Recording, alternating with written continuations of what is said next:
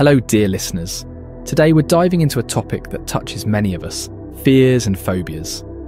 We're joined by Dr. Emily Hart, a psychologist who specialises in this area. Welcome, Dr. Hart. Thank you. I'm excited to be here. Dr. Hart, could you help us understand what exactly a phobia is and how it differs from a fear? Of course.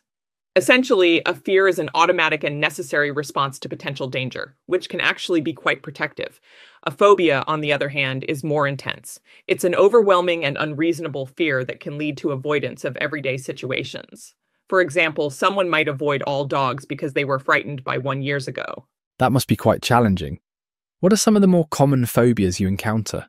There are several common phobias, such as the fear of heights, flying, and spiders, each significantly impacting daily life by limiting activities. However, some less discussed phobias can be even more restrictive.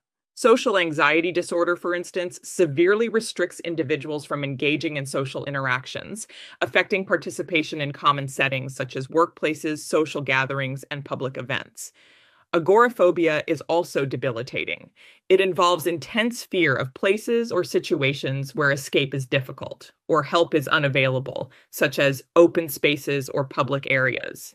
In severe cases, it can lead to individuals fearing to leave their homes entirely. What happens physically and emotionally when someone faces their phobia? Physically, people might break out in a cold sweat, shake, or feel their heart pounding.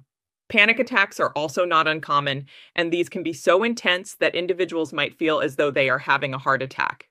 Emotionally, reactions can range from mild unease to full-blown panic, making it feel as though they are in real danger.